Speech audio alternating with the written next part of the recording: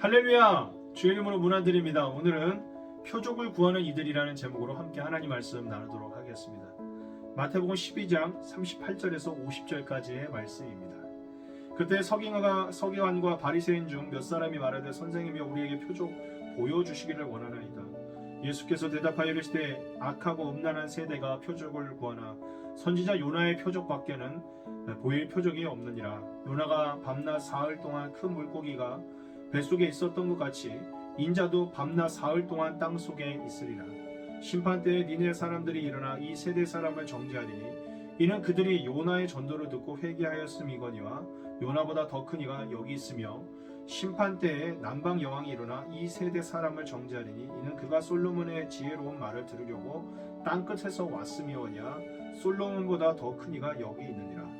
더러운 귀신이 사람에게서 나갔을 때에 물 없는 곳으로 다니며 쉬기를 구하되 쉴 곳을 얻지 못하고 이에 이르되 내가 나온 내 집으로 돌아가리라 하고 와보니 그 집이 비고 청소되고 수리되었거늘 이에 가서 저보다 더 악한 귀신 7을 데리고 들어가서 거하니 그 사람의 나중 형편이 전보다 더욱 심하게 되느니라.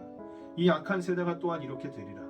예수께서 물에게 말씀하실 때 그의 어머니와 동생들이 예수께 말하려고 밖에 섰더니 한 사람이 예수께 여짜오되 보소서 당신의 어머니와 동생들이 당신께 말하려고 밖에 서 있나이다 하니 말하던 사람에게 대답하여 이르시되 누가 내 어머니며 내 동생들이냐 하시고 손을 내밀어 제자들을 가리켜 이르시되 나의 어머니와 나의 동생들을 보라.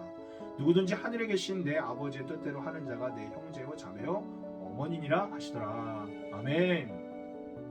오늘 말씀 38절을 보면 서기관과 바리새인들은 예수님께 새로운 기적을 보여주기를 요청합니다. 사실 예수님께서는 수많은 기적을 보여주셨지만 이들은 만족하지 않고 또 새로운 기적을 보여달라고 요청하는 겁니다. 예수님께서는 이러한 이들의 태도를 강하게 질책하십니다. 흔히들 많은 이들이 하나님을 보여주면 믿겠다, 하나님을 합리적으로 증명해주면 믿겠다, 하나님께서 내 기도를 들어주시면 믿겠다라고 주장을 하곤 합니다. 이것은 우리가 눈에 보이는 것, 손에 잡히는 것, 우리의 생각으로 이해되는 것, 우리의 욕망에 부합하는 것만을 믿고 신뢰하려는 경향이 있기 때문입니다. 그런데 문제는 이것이 인간의 교만이라는 겁니다. 하나님이 얼마나 큰데 그분을 우리의 육신의 두 눈과 우리의 육신의 생각에 다 담을 수 있겠습니까? 하나님은 처음이자 끝이며 어디에나 계신 무소부지하시며 전능하신 하나님이십니다.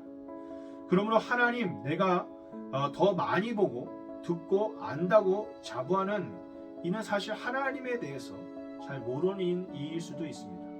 오히려 하나님 앞에서 자신의 능력으로는 결코 하나님을 알 수 없는 나는 연약한 죄인에 불과하다라는 자백이 있는 이가 사실은 하나님께 더 가깝다 말할 수 있을 것 같습니다. 왜냐하면 하나님을 아는 것은 전적인 하나님의 은혜입니다.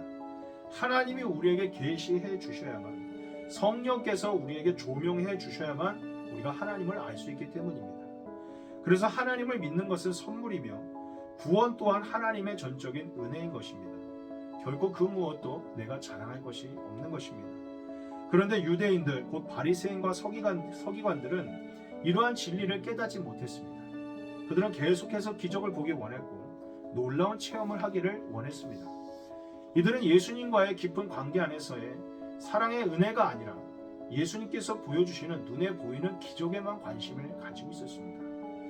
예수님께서는 이들에게 자신이 보여줄 것은 요나의 기적밖에 없다라고 말씀하셨습니다.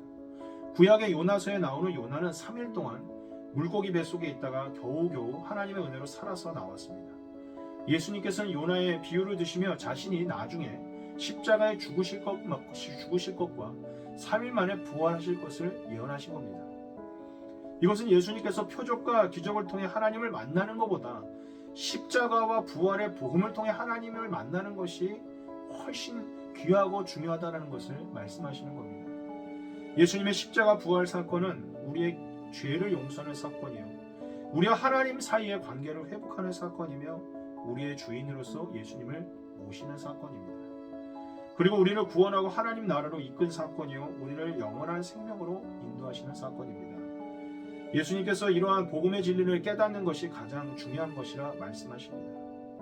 예수님께서는 이어서 41절에서 42절 말씀을 통해 요나의 경고를 듣고 회개했던 니네 사람들을 비교하면서 요나보다 더 크신 크신 하나님 예수님의 경고를 듣는 지금 이곳의 유대인들에게 회개할 것을 선포하십니다.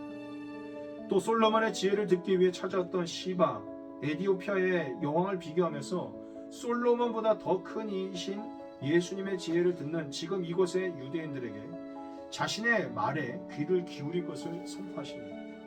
그리고 만일 그들이 지금처럼 표적과 기적만을 바라고 정작 중요한 회개와 말씀을 경청하지 않는다면 바리새인과 서기관들은 훨씬 더 심각한 지경에 빠지게 될 것임을 43절과 45절에 귀신의 비유를 통해 선포하셨습니다. 당장 표적과 기적을 보았을 때는 그 놀라움과 감격에 일시적으로 마음이 깨끗해질 수는 있지만 진정한 회개와 복음에 따른 변화가 없으면 결국 예전으로 돌아가게 되고 더욱더 그런 자극적인 것만을 구하는 심각한 영적인 상태, 기만적인 신앙의 상태가 될 수밖에 없는 그러한 말씀을 주님은 하시고 계십니다.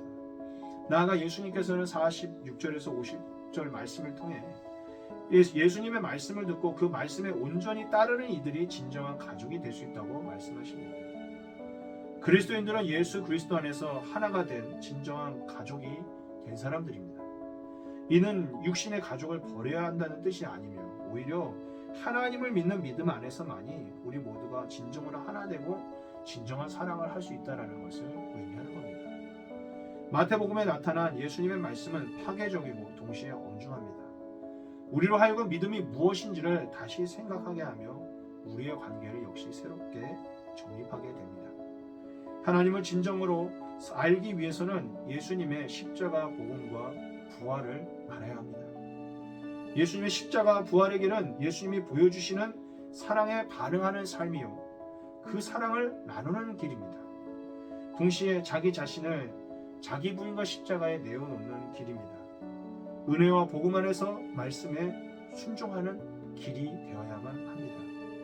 이 복음의 길의 의미를 묵상하며 우리가 참된 하나님의 백성으로 하나님의 자녀된 삶을 살아가는 우리가 되기를 소망합니다.